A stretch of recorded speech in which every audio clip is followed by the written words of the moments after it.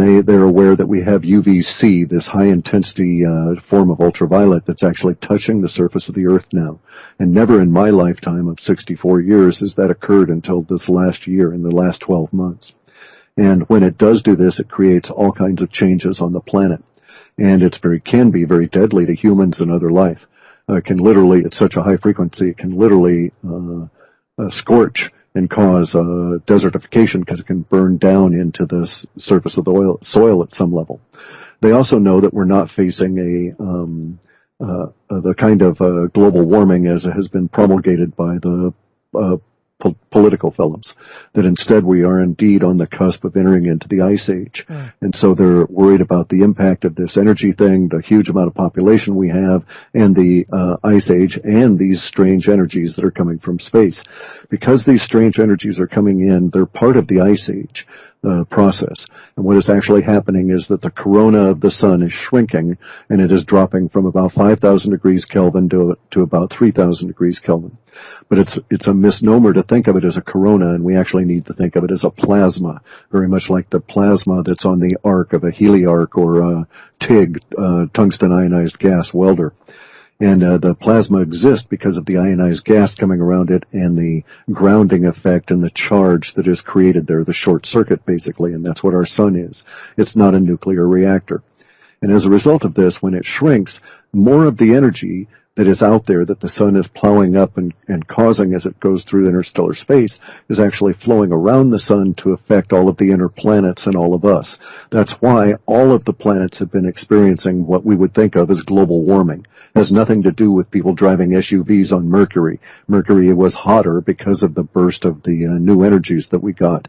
Now we're all getting into this condition where all the planets are being impacted by these unknown energies from space, and they're also impacting us. The planets react, our Earth is reacting with more violence in the form of earthquakes, volcanoes, and more clouds as the UVC causes more precipitation, more evaporation to cause more precipitation, causing these huge rivers in the sky and all of this. All this stuff was predicted by our data sets, and it pointed to UVC in 1999. We got the first hints of that.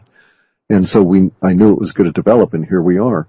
And so now, as humans, we are starting to react to these unknown energies from space. It's making us jittery. It's difficult on our systems. It would be the equivalent of standing around in the dreaded 5G Wi-Fi testing room, that sort of thing.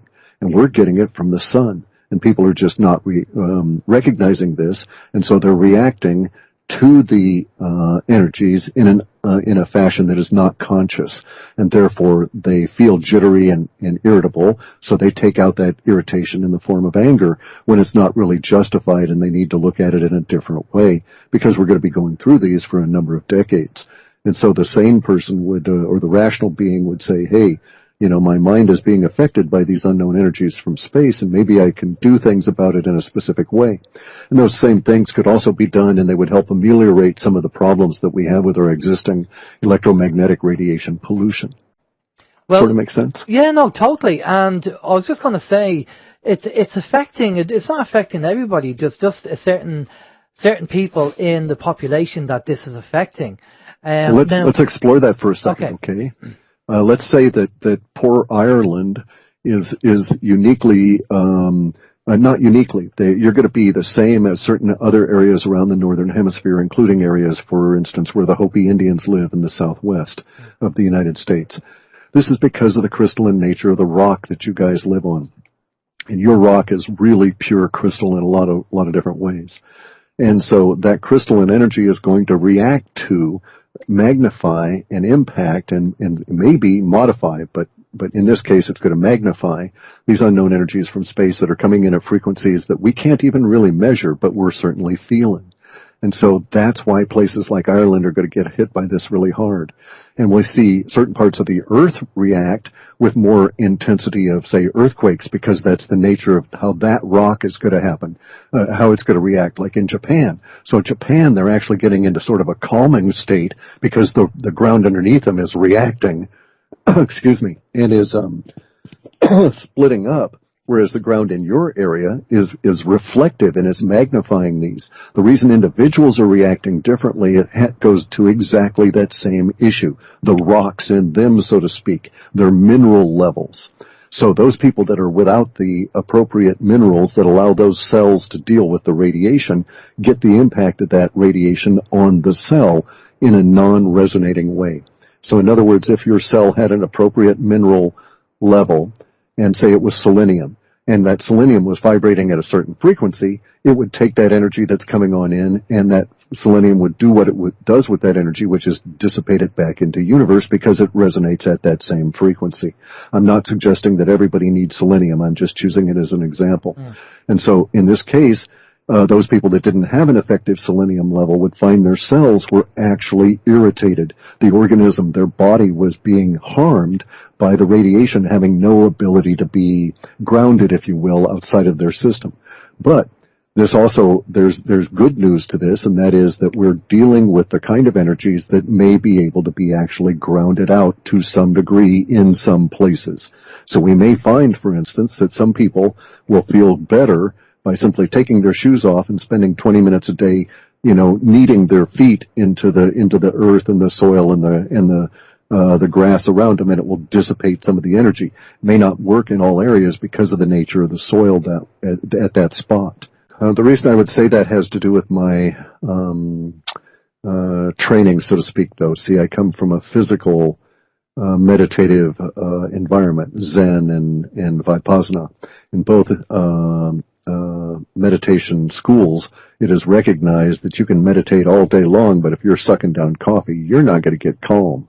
So the consciousness only has a certain degree of impact. And so trying to control these things consciously, in my opinion, while it may have some level of impact, some level of effect, I don't know that it would even be noticeable given the amount that's flooding in around the sun. This is not something you're going to be able to think your way out of, so to speak.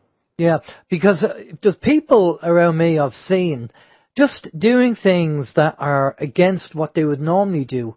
And I'm thinking, what's going on there? Why are they kind of the way they are? And I'm sure the listeners to this show can kind of look around their friends and family or people they might know and go, that's not the same person. They're just being irrational. What's the negativity? What's the aggression? Obviously, this is what it's down to. Correct. And see, you can see it in how it occurs in the brain, because the brain is actually a very crystalline structure. It's a liquid crystal antenna. And so what's going on is that as these strange energies come in from space, we're not used to dealing with them. Our brains maybe have never experienced them before.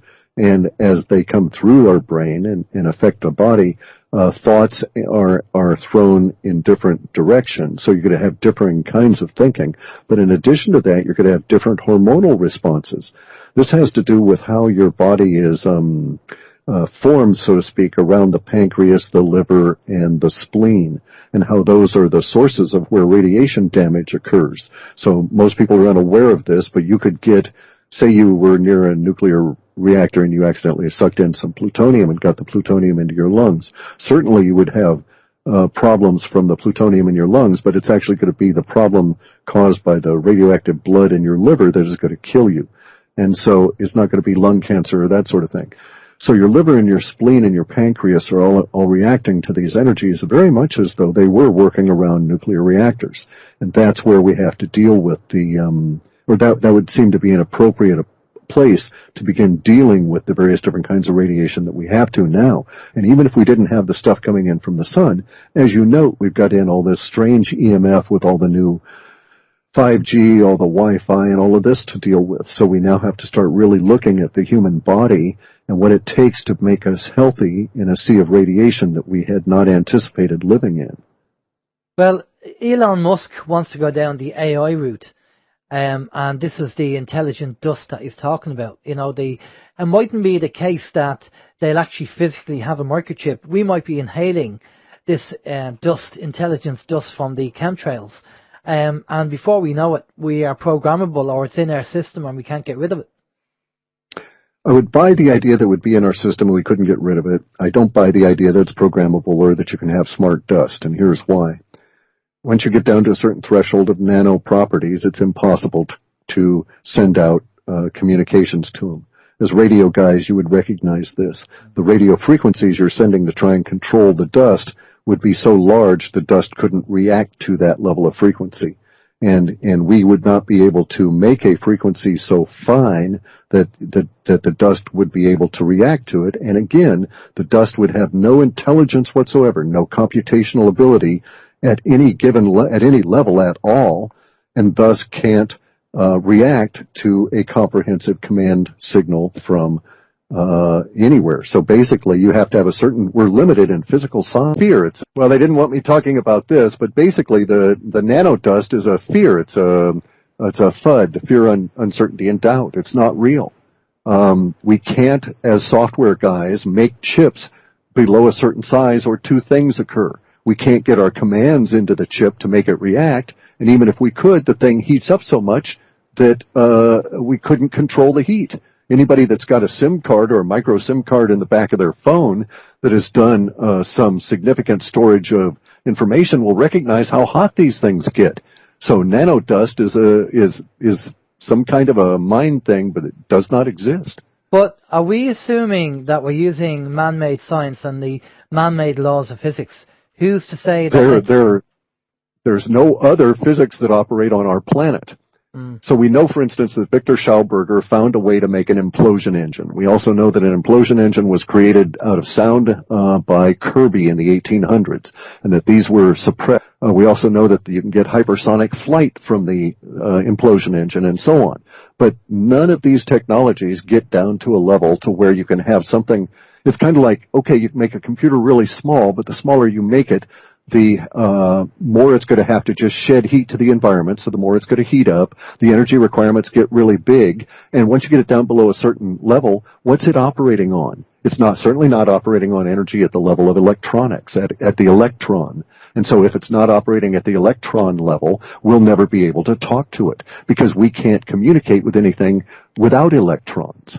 Make sense? Yeah, no, that does. It's just we've heard about this so-called smart dust. Sure. And we've heard about a lot of stuff, yeah? Yeah, so we'd have to do the research on it and look into it a bit more. Right, I'll tell you what we're going to do. We already have loads of questions coming in for you, Clif, so we might as well start on the questions and take it from there. We're going to be bouncing around, but, sure. Why not? Steve? Okay, yeah, plenty of questions. You said earlier, Clif, about this stuff that's coming down from the sun and it's affecting the earth. I'm just wondering, what part does chemtrailing play in this? Because we were told before, or we've heard before, it has been suggested, one school of thought is that a lot of the stuff that's being sprayed with these chemtrails is to try and reflect whatever it is coming from the sun, reflected back out into outer space, so it won't hit the earth. I believe that that's the core reason that they're doing that. There's probably other agendas. They may be shoving other stuff in there. You may have the CIA trying weird experiments and all this kind of stuff. But I believe that at its core, it's intended to reflect these energies. So, and essentially, chemtrailing is supposed to be a good thing, but it has potential to be a very bad thing as well. It's both. In this universe, we can't have anything other than challenges. There's always a good aspect and a bad aspect. I actually know when they don't chemtrail here, we can jump from 46 degrees Fahrenheit in the morning to 96 degrees Fahrenheit 5 hours later, and it is a very intense white sun that we're dealing with, and that this is not good for humanity. So the removal of chemtrails, as much as I like Dane Wingington, and I understand, I've lost my ability to have solar panels here. They just simply no longer work in the Pacific Northwest. Because of the chemtrailing. But even so, even with the destruction of the forests and so on, I am uncertain at this point that the stopping of them would be a good thing. Yeah, we just talking about the white sun, we spoke about that, I think it may have been last year. We all used to remember the orange sun, and all of a sudden then the orange sun was white. And completely different thing altogether.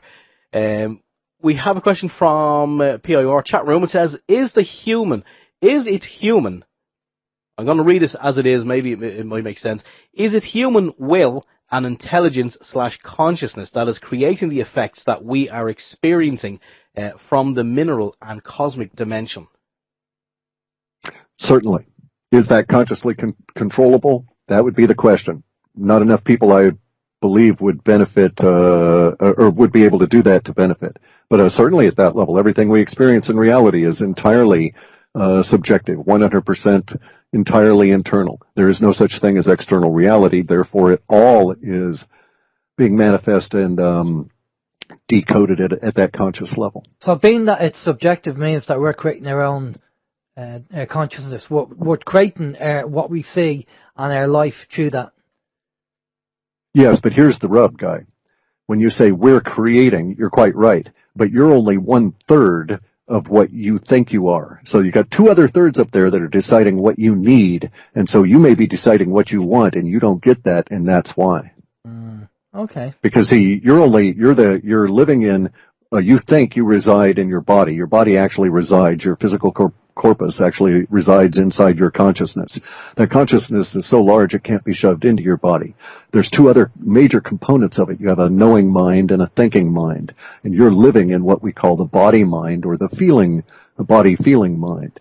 This 1/3 of it. So those other components are going to give you the experience that you require, not what you in this 1/3 isolation feel that you need or want. A friend of mine said this, and I thought it was quite profound and probably close to the mark. She said to me that it's like we're in, you remember the game Sim City? Never played it. Okay. but I understand the concept. You understand the concept. So you create life, basically, and you're in Sim City, and you create the industries and the schools and everything else, and you have to manage the whole kind of structure of society. And it's like our higher self is running a Sim City, and we are the people in the Sims. Exactly. Exactly so. Very fitting indeed, yes. Yeah, we have about as much control. Yeah, exactly. I thought that was a good analogy. It's very good. Steve? Okay, a question from Graham. Is Clif aware of Mike Montagne's MPE, the mathematically perfected economy?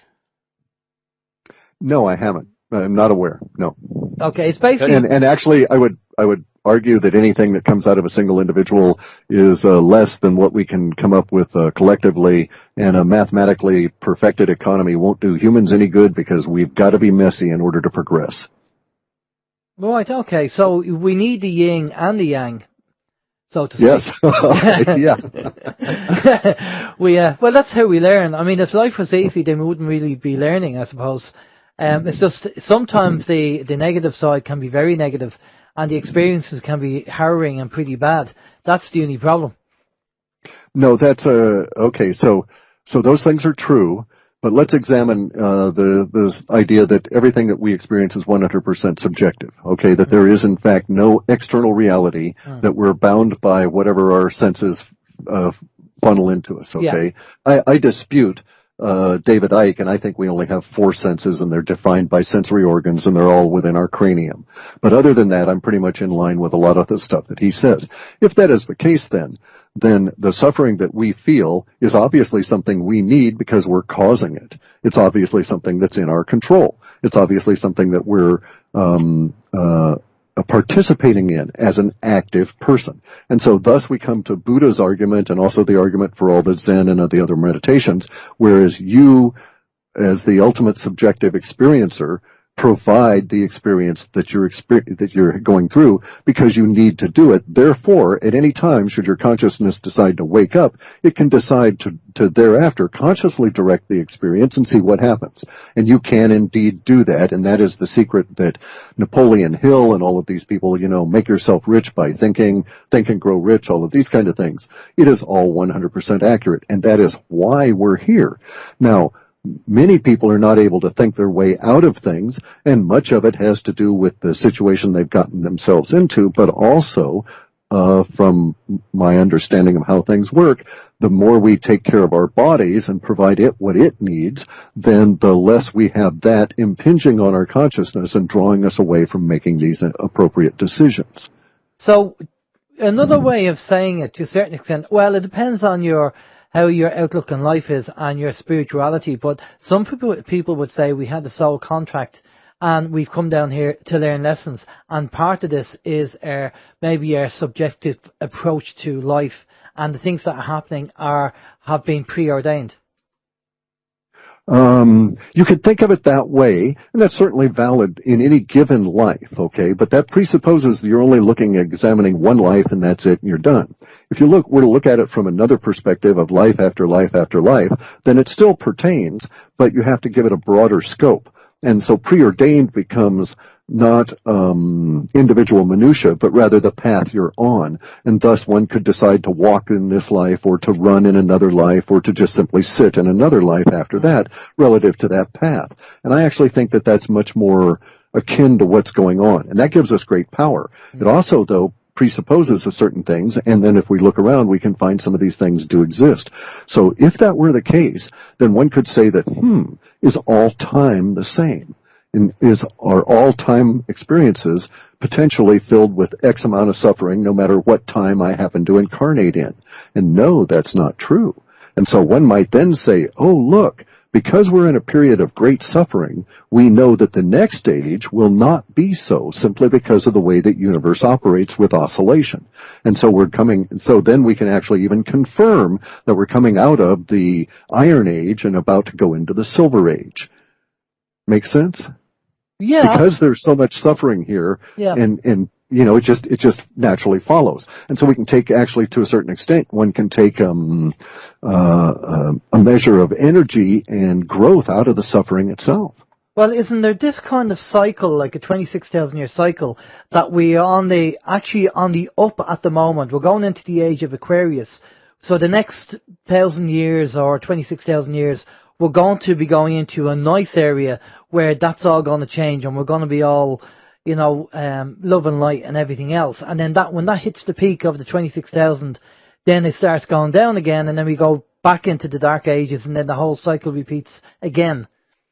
Yeah, I'd go along with that, except for the love and light business.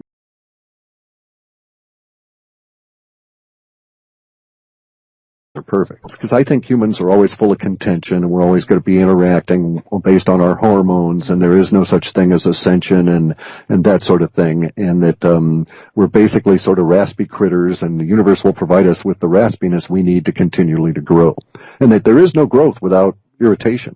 If you've got an amoeba in a dish, it doesn't move if all the conditions are perfect.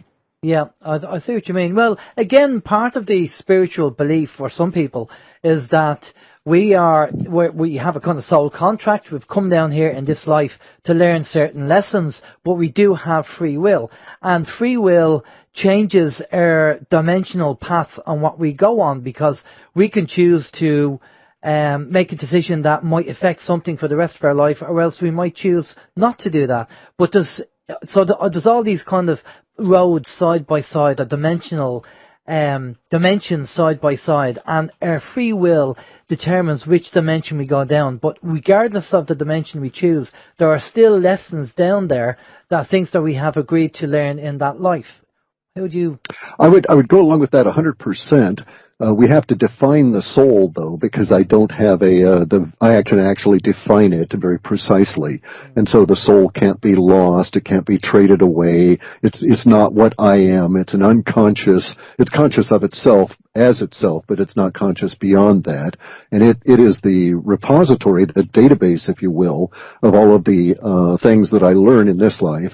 And then when I go into the metempsychoses, which is that period after the death barrier, in that period of time, the soul is cleansed. It's a template. And so all the stuff that is learned is like distilled down into a thick syrupy mass, a crystalline bit of intuition I take into my next life. And so whenever I get an intuition hint in this life, I know that that's something I learned in my last life, saying, hey, don't do this. I did that enough. You don't have to do it again this life. And I don't do that. Or I do that based on whatever the intuition guides. And that's where intuition comes from. So I can define all of that, and I agree with you 100%. I just provide it across a larger canvas, which is life after life after life. And the soul, its point, its purpose, its reason for existence is to bring over those things from life after life after life for me. And that's that. And so it doesn't dominate me. It's not me. It's just a different way of thinking about things. But you take a turn and you decide, no, I won't do that this life. And from that point on, everything changes for you. Well, it also changes for the next lives thereafter. It's this old saying in Vipassana meditation. It's like, let's see, it's before enlightenment, all is chop wood, carry water. After enlightenment, all is chop wood, carry water, do dishes, sweep floors, and so on and so on and so on. And it makes no difference. That's the beauty of this saying, is once you've reached a certain point, you realize it's 100% true and it doesn't matter at all. So you have to climb the hill to actually go down the hill. Mm-hmm. Mm-hmm. Okay, there's another belief as well out there that, some people, we talk about soul contracts and energy, and some people will say, God, that person, they had a great life, they had it very easy, and they died, and that was it. And other people have a really, really hard, extreme life. And there is a certain belief, on the spiritual side, that depending on the life you're going to come into, a part of the soul contract will depend on how much energy you're given. So if you're going to have a hard life, you'll never get 100% of your higher self, because the physical body can't deal with that. So if you're going to have a hard life, you might get about 70%. But if you're going to have a fairly easy life, then you might only get about 30 or 40%. I don't see it that way, because of the way that energy works. It's you can actually, if you wanted to sit down and do the math, you can to some extent do the calculus for the energies involved in life based off this thing called Avogadro's number, which is related to how you measure a gram molecular weight of any given element. So you can use this as like your basis for doing math, and you can see that every life, the potential for energy is essentially the same at the key or the life force level. So that I would not accept at all, but I do understand that some people have easy lives and so on. And again, it doesn't relate, in my understanding, to this life per se. It relates to the metempsychoses. So the metempsychoses is that period of time and the thoughts and everything that occur to you after death and before your next life. During that period of time, there is what we can think of as a sleep or a rest, where you recover and if you will, just don't do anything, just rest from all of the integration of all the stuff you've learned in this life. And during that period, that's of a different length. So, for instance, Hitler's got a lot of stuff to integrate, so that guy might have to rest for 10 or 20,000 years for all anybody knows, right? And so somebody who's very young-souled, as they say in some of the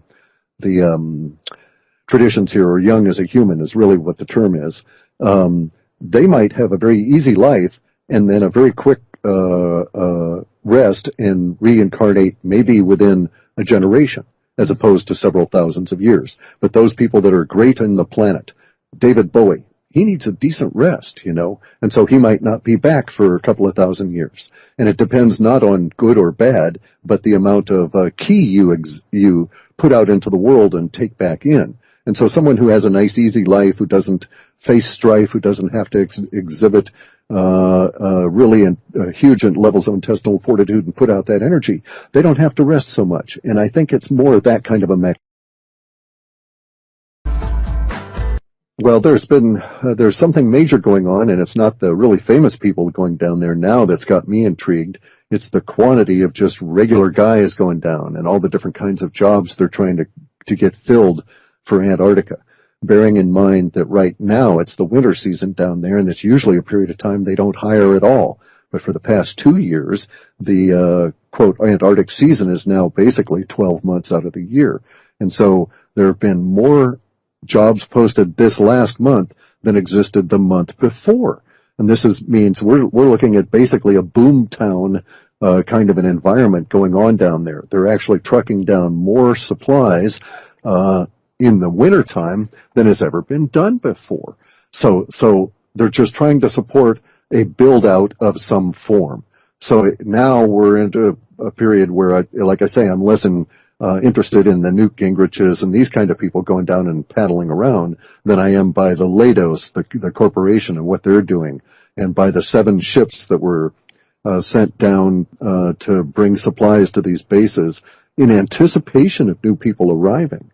And if you want to get on and look, there's lots of agencies that provide satellite photos, many of which have overlaps. Some of the overlaps are not blurred out. And you can see that there's very, very large bases and very large habitation in Antarctica, and it's not a couple of isolated little science stations here and there. In some areas, it looks as though maybe several thousand miles of the coast between these large areas are in constant use with what we might think of as like built-on ice freeways. Lots of vehicles going. We don't get to see the vehicles so much because of the satellite photos, but you can see that these are very clearly marked roadways that have what look to be permanent or semi-permanent light markers for night driving. And so somebody's doing a lot of activity down there, a lot of energy going into the place. At this point, I have an issue because of the pollution that hit my data sets from the whole Corey Good phenomenon. And I'm cleaning that out for another report in September, and I hope to have a different view of things that's a bit cleaner then.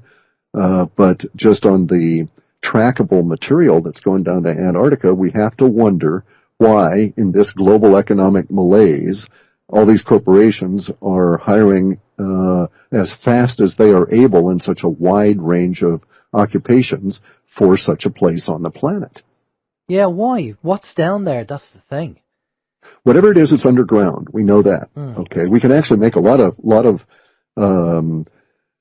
conclusions that are probably fairly sound based on what's going down there, because we see that there's a lot of excavation kind of equipment going down.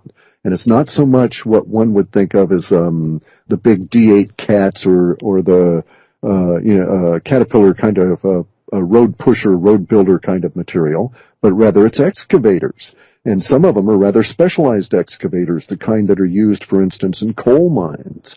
That are, a certain height and so on. So whatever the corporations are seeking, they're not seeking it on the surface. There are some indications that the swap over is being made to some other energy source down there because of what they're buying. It looks as though someone's setting up a big coal plant. And as opposed to in the past, the goal had been to provide all the energy for Antarctica off of these nuclear reactors. And in the 70s, the United States had sent a couple of these small little nukes down there and had problems with them. And at first I thought that was the case, that, it was because they had had problems with them that they were setting up this big coal burning operation. But now I think maybe they just need the electricity, and so they're getting more open about what they're doing. But from what I've been able to look at in manifests, it looked like somebody's building a big coal burning electric generation plant down there. Yeah, well, there are kind of speculation as to they might have come across a certain race, either frozen or alive, and technology down there. That's right, the Atlanteans we heard, wasn't it? Yeah, but see, here's the problem, guys. A lot of that came out of the Corey Good stuff, okay? My data sets had certain emotional levels that were in there, and the data sets were polluted by this marketing effort that is around this guy by the name of Corey Good, who's claiming to be a time-traveling secret space participant. He's not saying he flew spaceships, but he worked in them and that kind of thing. And it's a bogus story. It is all fake. And there's this big marketing effort around it. And a lot of the stuff in the last, since his emergence on the scene in 2015, since then, we have to assume that anything that's come out around these subjects has to be re-examined in great detail because it's all polluted by these lies. And this would include all the stuff from Michael Salla and the cohorts that are working with David Wilcock and Corey Good. And so we have to now instantly throw away anything that Pete Peterson says, anything that David Wilcock says, because it is all it's not suspect, it is all corrupted, it's all contaminated, it's all radioactive as far as I'm concerned. And then we have to start all over. So there is something going on, it is underground, and I don't think we can really speculate much beyond that until we get a new witness that's able to provide evidence as opposed to basic speculation and excrement. I'm glad you mentioned the alternative media, because we've been told that 75% of the alternative media is either controlled or paid off. I suppose people like Alex Jones, I don't listen to Alex Jones at all these days whatsoever. If I do, I'll definitely keep a very open mind on what he says. And there is more and more people in the alternative media coming out and being exposed. And when you look into the background, they're looking who they're involved with. And I know I've watched one of your 2-year reports, all right, and you have mentioned Corey and David Wilcox, all right. Maybe there was one time a few years ago that you could kind of go with the information that came out, say, from David. But, you know, David's been on the show a couple of times on OAM, and maybe he's just been, you know, compromised in some way, and now the information that he comes out with is not exactly what should be brought out. I think that that's the case. We could just be charitable and say that he's not paid off or anything. He's just a victim. Okay. I mean, I don't like victimhood or any of that, but he could have been conned by the people that are around Corey Goode and the whole organization. Someone is obviously working a con, working a game, in the sense that I can't see why anybody would give Corey Goode the airtime that he had on Gaiam. So right now I'm really wondering what's going on in that organization. I actually don't think anymore that it was Jay Widener that was associated with it, because now I've come to find out that Jay Widener was out and about with all these mummies and stuff. And so he probably was not participating in any of this Corey Goode stuff at that level. He may have had some peripheral part of it, I don't know.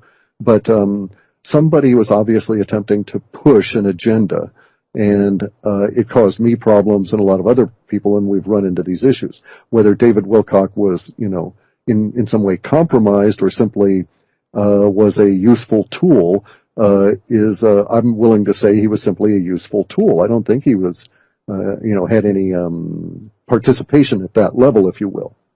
Well, there was that incident a few years ago where he came on live and said his life was threatened, and Kerry Cassidy spoke to somebody but yeah. I say stuff like that happens all the time. I get death threats all the time. Doesn't bother me a bit. Maybe it seriously bothered him. He's not the same kind of guy I am, right? Yeah. I like fighting. I'm covered with scars. I enjoy it. I get something out of it. And so, he may not. And he was I think he was very, deliberately, or he was indeed expressing his fear. I don't think that was fake at all.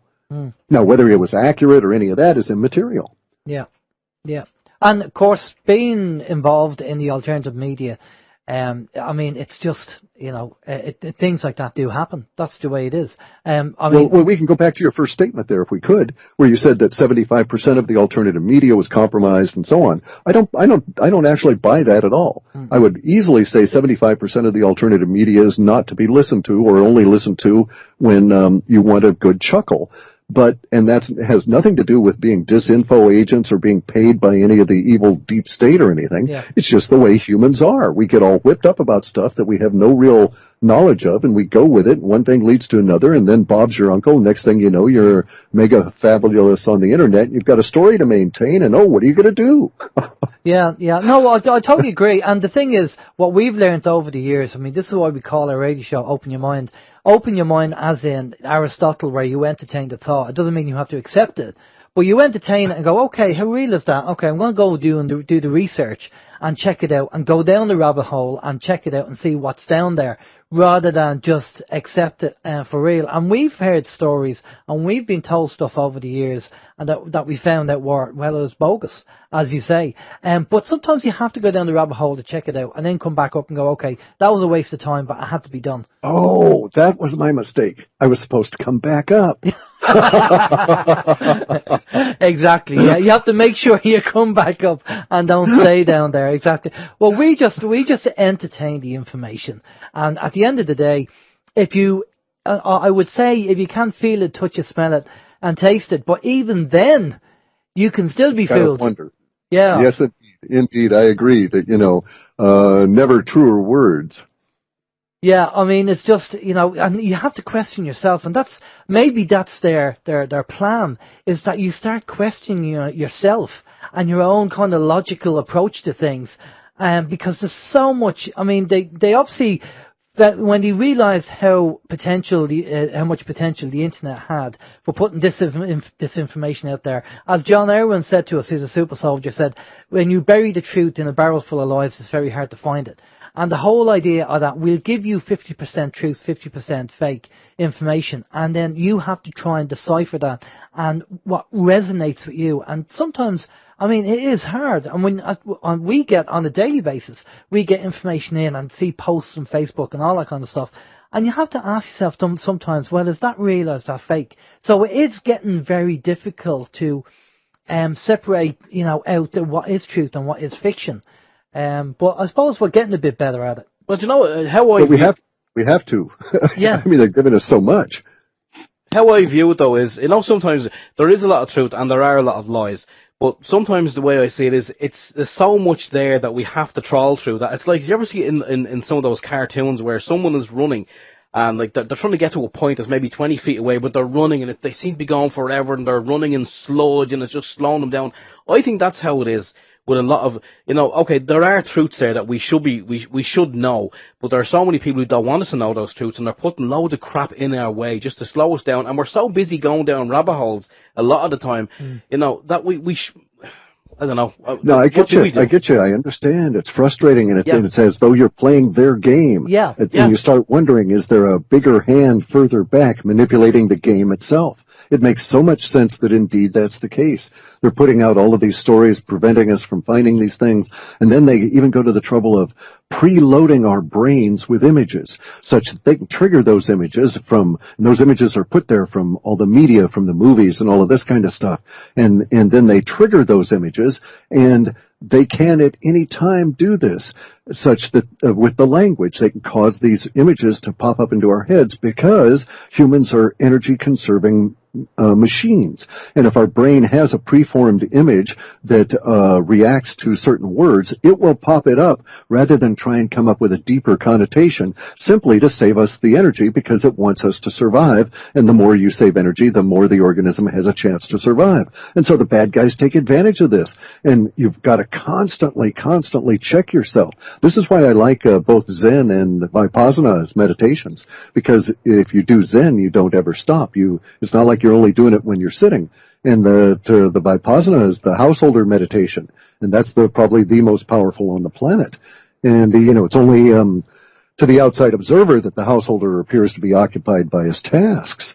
And at that point, you've so examined your mind that you can say, yeah, this was inbuilt. Someone put this image in there. And then you can say, I wonder why. I'll have to look into them, because I do a lot of household tasks. I'll have to include the meditation into that, or just look busy. But yeah, there you go. Same difference. Yeah. No, you're right. You have to kind of question, and that's the thing. There's so much disinformation out there. You're going on and questioning, and all we're trying to do, as much as we can, is find the truth. But that's so hard to actually, so hard to find. And I know there's people at the top, like in that, A Few Good Men with Tom Cruise, where he says to who's the actor, Jack Nicholson, Nicholson. Jack Nicholson, I want the truth, and he says you can't handle the truth. Are we able to handle the truth if they tell us? No, unfortunately, that's the case. 75% of the population, in my estimation, is unable to have an open mind, and that is not in any way to diminish or denigrate them. What it is actually something I've observed over time, and that is that to have an open mind, one actually has to take in a concept and model it.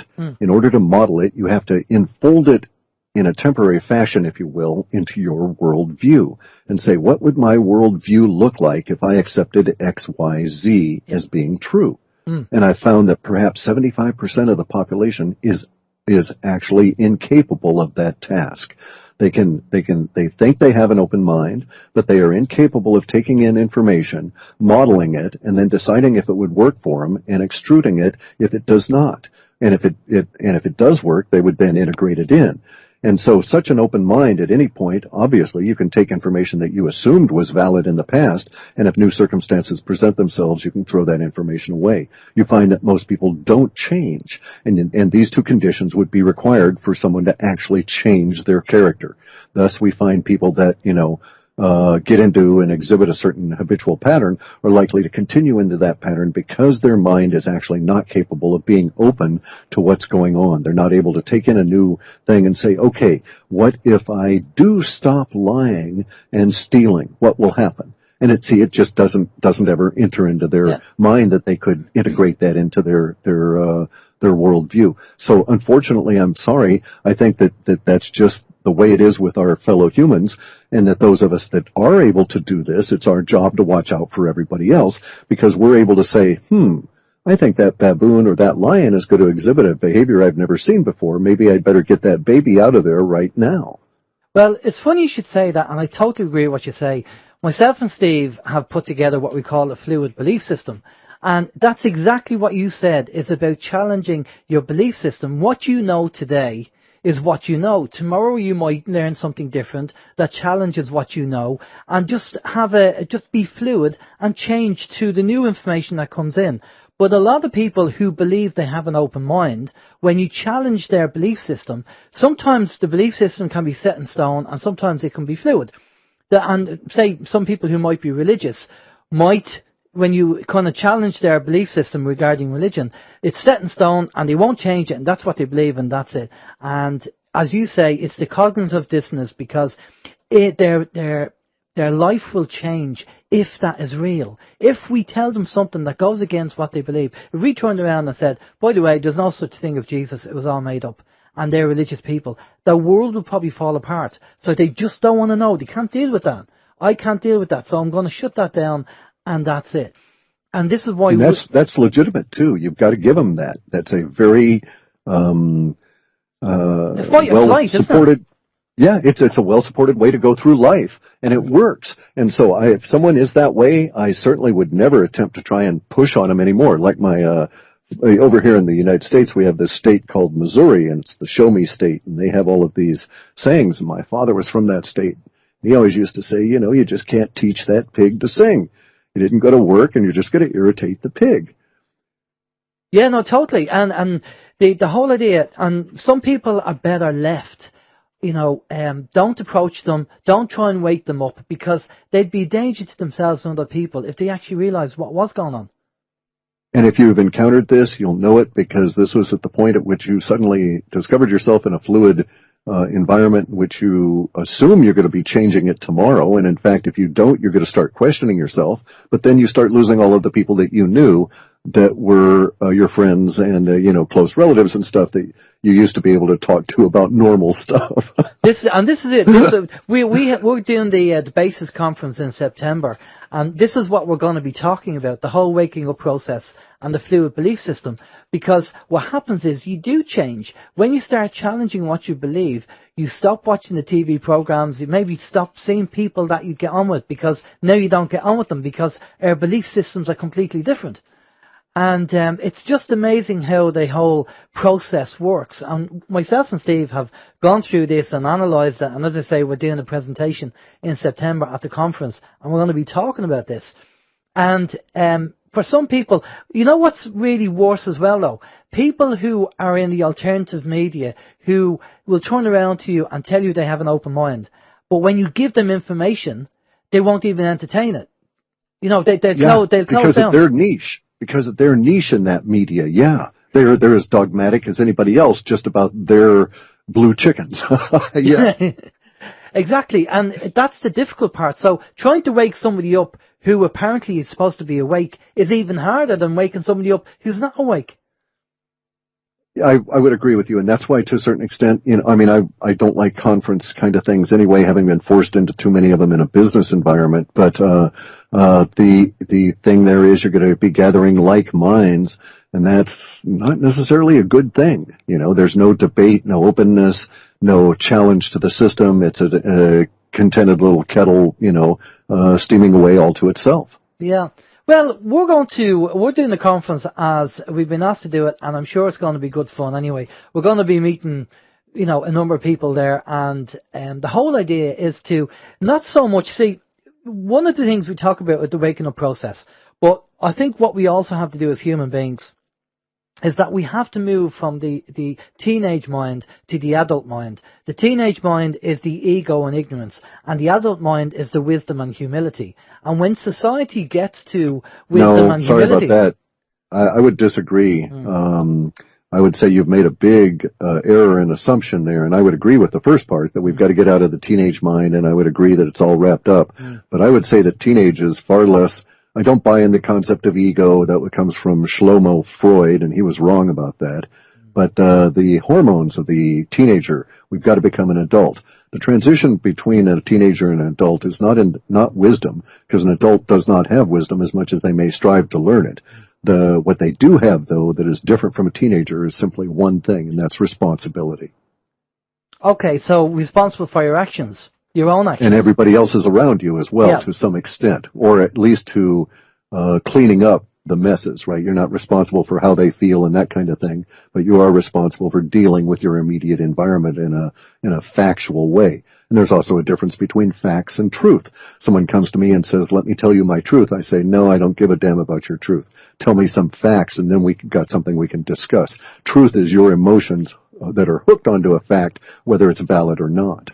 So what we are really talking about is common law.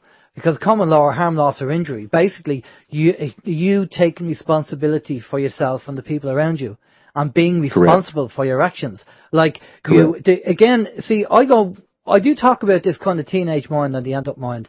The person who goes out and he goes into a bar and he has 6 points and he says, "Right, I'm okay to drive. I drive better with 6 points," and he gets in the car and he could either harm himself or somebody else. For me, that's the teenage mind. The adult mind is no, I've had a drink, I'll leave the car here and I'll get a taxi home, or get a lift home and I'll pick up the car in the morning. That's the adult mind for me. I would agree that it is a question of you, as an adult, you recognize your presence and the harm it could do, as well as potentially any good, but you first have to guard against that harm. You have to be in the ahimsa, or do no harm mind. And I would certainly agree with that, because you're not doing you have the bravado and all of that. Where does that come from? It comes from the hormones, not from thinking, but from reacting to the hormones. Right, okay, that's it. That's bang on. We have more questions for you there, Steve. Yes, we certainly do. Where we go? We'll go with Dave. Dave said, I have a question for Clif. What if the smart dust, when we spoke about this earlier, what if the smart dust responds to or is activated by scalar longitudinal waves? The EMF transverse waves of telecom masts are not required. That would be accurate, but in our reality, we as humans are unable to make something that is smaller than the electron, that would then still respond to a scalar wave. Everything we build has to begin at least the electron level, because that's the smallest thing we've got that responds to the scalar wave in any way, shape, or form. So we're again back to size limitation. There's no way to get command and control instructions to something that small, even if that thing could take along with it some form of rudimentary firmware. What if there was some, I'm going out on a limb here, but what if there was some extraterrestrial type technology that could? Well, see, here's the thing. Extraterrestrial, you're going to say, okay, it violates the level of physics. Well, my level of physics is very open. I understand a lot of what Tesla was talking about and so on. I understand the nature of energy at a level most people do not. And regardless of where these extraterrestrials come from, they would have to be subjected to what I call the ever-present now. The ever-present now is the aggregation of time as it comes into the universe, into our materium here. And so that is the finite limitation on everything. It's 22 trillion times a second pulse, so there is nothing. Our materium is created at its base level by this pulse, and therefore that forms how energy works. So the aliens could come from the Pleiades for all I care, but they're still going to be dealing with the electron as the limitation for the passing of command and control instructions. There's no way to engineer something finer than that. And Kozyrev proved this with his many experiments over 20 years, in which he proved we could alter time, and we could even alter life within time, and that the ultimate level of perception or reaction to time is what we laughingly call the electron, which is not solid matter, but is the nexus of these energies that are occurring at 22 trillion times a second, or about 3.4 times Avogadro's number. I won't even claim to have understand half of what you said there, Clif. It's obviously all very, very highly technical, and I'm sorry. Well, look at it this way. Okay? Say that a scalar wave was the ability to disturb grains of sand on a beach. And we could look and we could see the sand being disturbed, even if we couldn't see what was causing the disturbance, right? Yeah. But no matter what, if it was any smaller than a grain of sand, it wouldn't react, and therefore, that is our limitation, that no matter what the size of the scalar wave, how its amplitude or frequency, if it can't be reacting in the grain of sand, we'll never see it. It's beyond our scope. And so we couldn't manipulate it if we tried, nor could a space alien. They're going to be, if their bodies are not composed of electrons, they are not going, and matter as we understand it, they are not going, they may, if it's not composed of that, they may well be able to manipulate a smart dust, but they would never create a smart dust because their bodies are not made of solid matter. Okay. That kind of makes it a little bit simpler for me, and hopefully anyone else who was kind of in my shoes and didn't understand. I'll move on with the questions. Let's divert for a half second. Okay, yeah.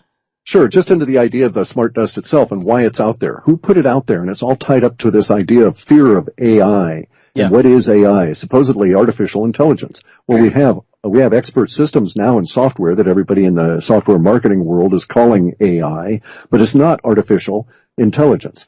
It's not intelligent. It's just software code that runs in a predetermined fashion. There is no such thing as artificial intelligence on this planet in the hands of the military or anybody else, and there's no such thing as a self-aware computer, nor can there ever be, because there is no self there to become aware of.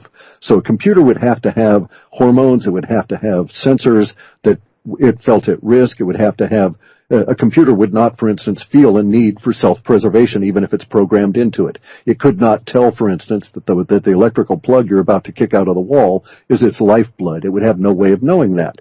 And it has no sensor apparatus or any of this kind of stuff. So this fiction was created by someone that wanted us to be afraid of AI, smart computers, and all of this kind of thing. So I have to wonder why. And the people that are promulgating it are not doing anybody a service without examining these thoughts. If you can't show me an AI, it does not exist. There is no smart dust because nobody has ever had any evidence of it. There's no evidence of any blue avians because nobody has any evidence of it. Or they don't exist because we don't have any evidence of it here.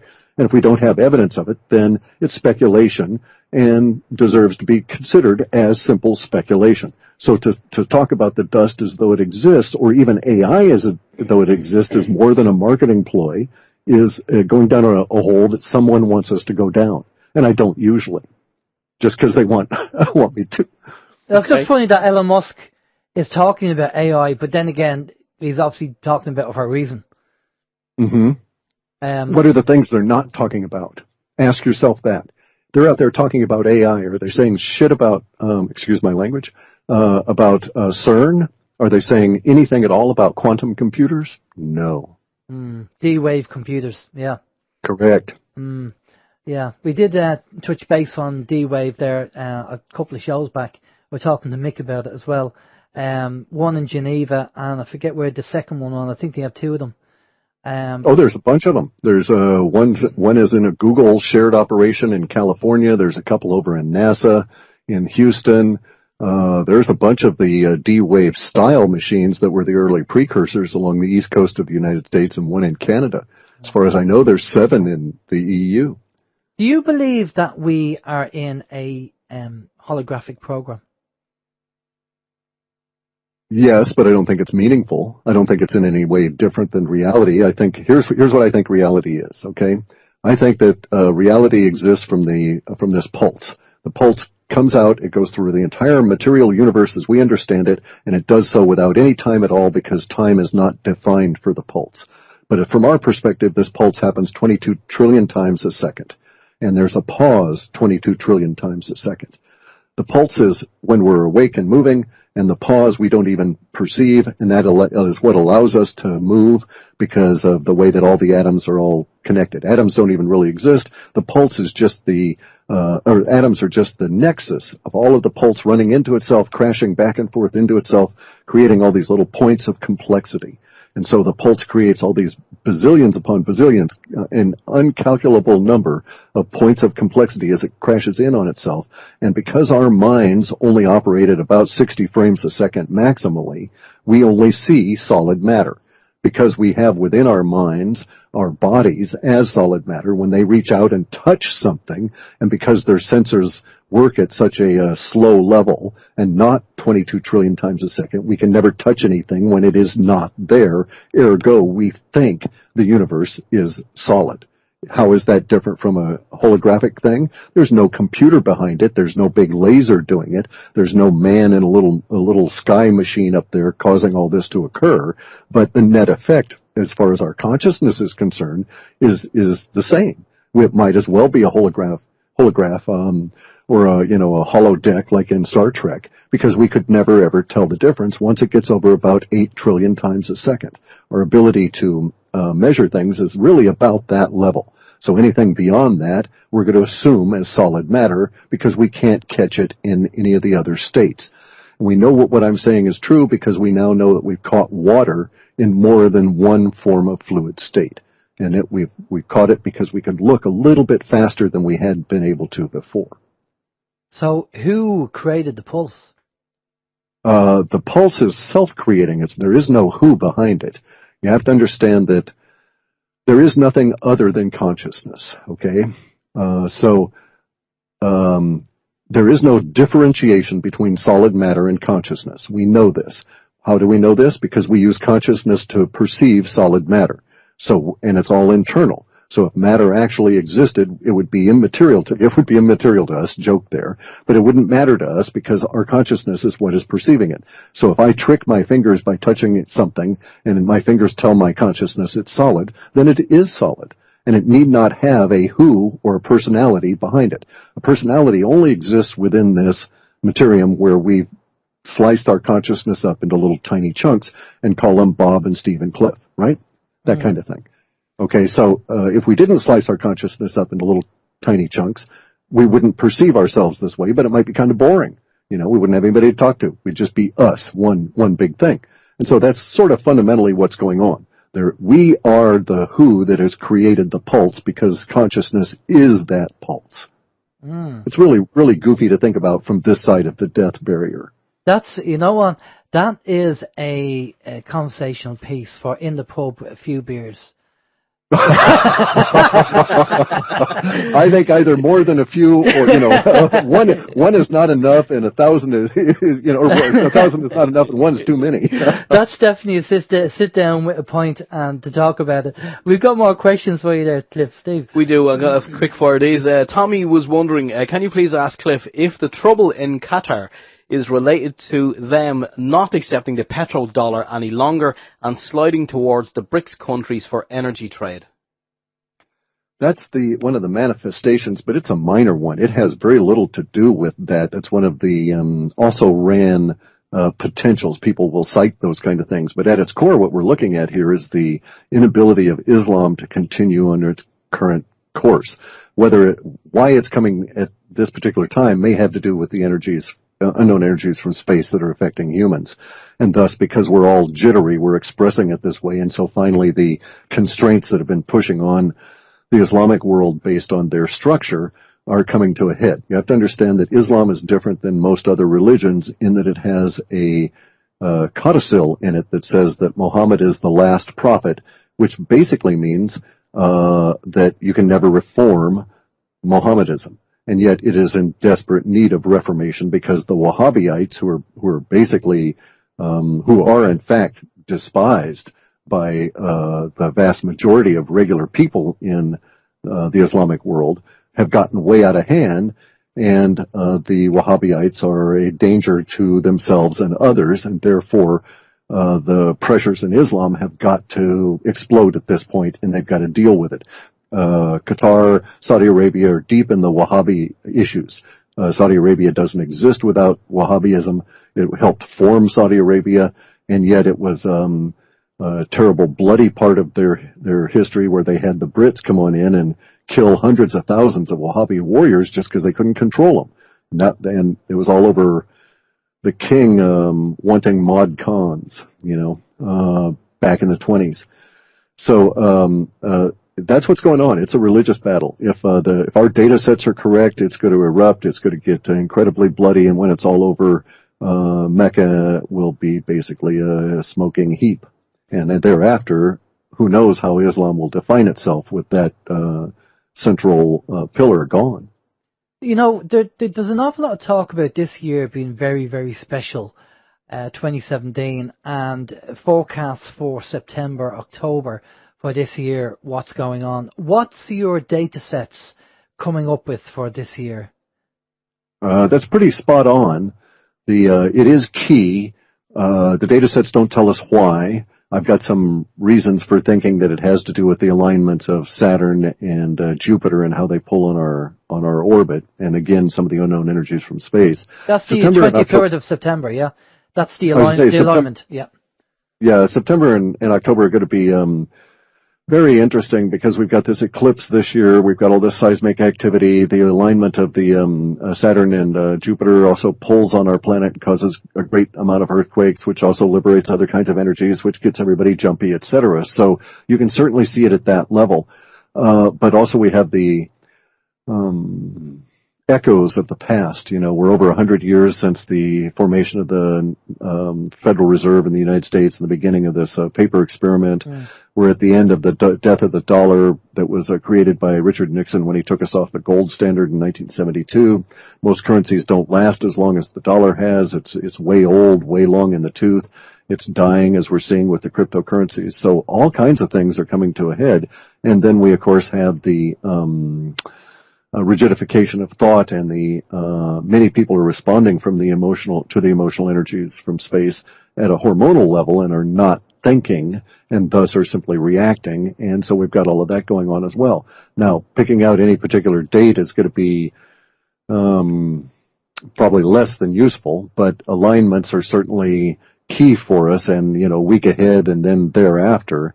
So I suspect that September is going to be rocky, to say the least. Our data sets have actually had 2017 as being a definitive year, a temporal marker year, in the sense that 2 years from now or 3 years from now, people will be able to look back and say, you know, it all began in the summer of 17. Yeah, because we've heard for the last few years, oh, it's September, and every time September comes around, nothing happens. So we're hearing people again saying September again. Now, we do know about if we look at the facts, we know the banking system is, a lot of banks are trading insolvent. 2008 was just a hiccup compared to what they're saying is going to happen. If the derivatives market goes bang, which is probably the first one to go, the futures market, then the whole house of cards is going to collapse. And whether we have massive inflation, or it's going to be a societal, upset, and, this is why the millionaires and billionaires are buying the land, in New Zealand, or getting the silos. All this is kind of talked about, but at the moment, the banks cannot keep doing quantitative easing. Sure they can. Sure they can. So you think they're going to carry on printing and printing and printing?